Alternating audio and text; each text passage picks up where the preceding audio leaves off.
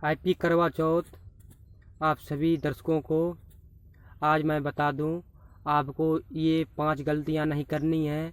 जो सुहागिन स्त्रियां हैं उनको भूलकर भी ये गलतियां 5 नहीं करनी है, क्योंकि इन गलतियों के कारण जो करवा चौथ का व्रत होता है, इनके पूजनीय कौन होते हैं? गणेश जी। और गणेश जी अगर क्रोधित हो गए तो आपका करवा चौथ का व्रत खंडित हो सकता है। और आपको 5 गलतियां कौन सी हैं वो भी बताऊंगा। और वो गलतियां जानने से पहले इस वीडियो को लास्ट तक देखते रहें। और जो सही मुख्य बातें हैं वो 5 बातें बताऊंगा, और भूलकर भी ये नहीं करनी है गलतियां। और ये खासकर जो सुहागिन स्त्रियां व्रत करती हैं उनके लिए हैं।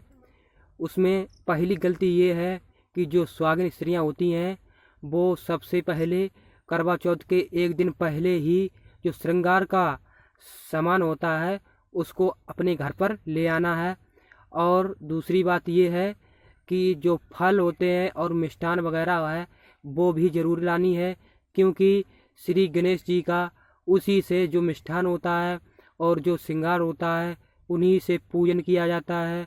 और जब करवा माता को देखते हैं, चंद्रमा करवा माता जब आती हैं तो उनको देखकर और वो जो श्रृंगार का सामान है उसी से उनको पूजा जाता है। और तीसरी बात ये है कि आपको इस दिन किसी भी, जैसे कोई काटने वाली चीज़ है, सब्जी वगैरह है, फल है, कुछ भी चीज़ है, उसको आपको काटनी नहीं है, क्योंकि ये सही नहीं माना जाता, क्योंकि व्रत खंडित हो सकता है इसीलिए।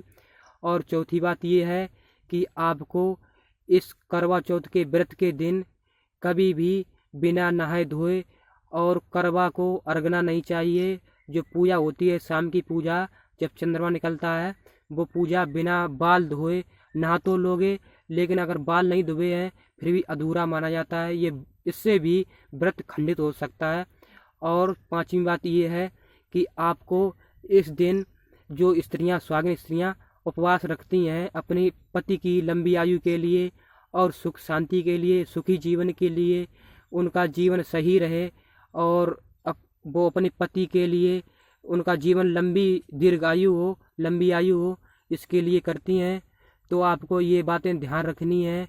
वो कौन सी बात है? पांचवी बात कि आपको इस दिन अपने पति से ऊंची आवाज़ में बात नहीं करनी है, और ना ही अपने बच्चों से किसी से गलत व्यवहार नहीं करना चाहिए, क्योंकि गलत विचार और गलत व्यवहार और मुंह से गालियां वगैरह नहीं देनी चाहिए, क्योंकि ये भी एक अशुभ माना जाता है।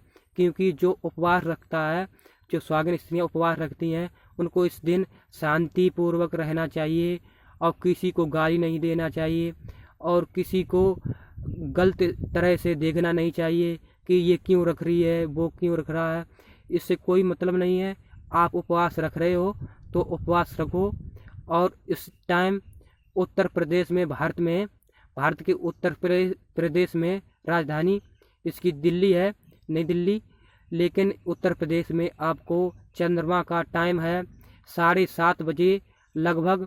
आप लोग छत पर पहुंच जाएं और अपनी अपनी जो थालियां हैं, जिसमें थाली को अच्छी तरीके से सजाएं, जिसमें मेवाएं, मिष्ठान और उसमें जो श्रृंगार का चीज़ होता है, जो पूजन का होता है, छलनी होती है, चलनी, जिससे पहले चंद्रमा को देखा जाता है, फिर अपने पति का चेहरा देखा जाता है। ये शुभ माना जाता है, इसी से पूरा होता है। लेकिन देहात में दूसरे तरह का होता है।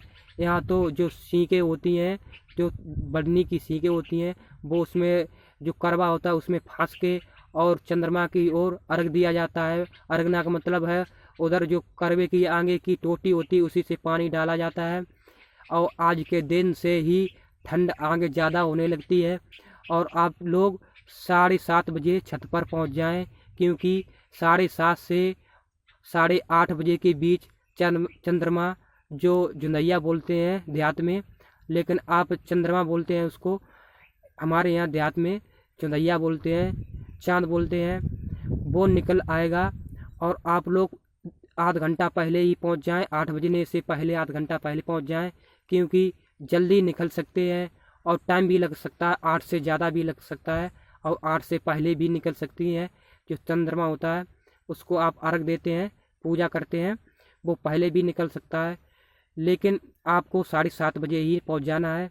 अगर ये जानकारी आपको कैसी लगी है कमेंट कर ज़रूर बताएं। इस वीडियो को आप लोग अपने रिश्तेदारों के पास और दोस्तों के पास और सुहागिन स्त्रियों के लिए, अपने जो परिजन हैं, अपने रिश्तेदार हैं, उनके पास भेज दें कि चंद्रमा का कौन सा टाइम हो सकता है।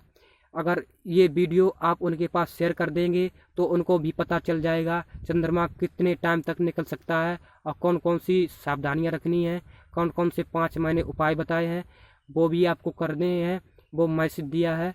और ये वीडियो कैसा लगा कमेंट में बताएं और इस चैनल को सब्सक्राइब करें और टेलीग्राम चैनल को भी ज्वाइन करें। और हमारा फेसबुक चैनल भी इसी नाम से है, ये चैनल है इसी नाम से, टेलीग्राम भी है इसी नाम से, फेसबुक भी है। टेलीग्राम पर जाकर ये चैनल सर्च कर लेना और फेसबुक पर पेज पर भी इसको सर्च कर और इसको उस पर भी फॉलो कर दें और जो टेलीग्राम है उसको भी फॉलो कर दें, इस चैनल को भी सब्सक्राइब कर दें। जय जय श्री करवा माता। आप सभी को करवा चौथ की हार्दिक शुभकामनाएं। हैप्पी करवा चौथ।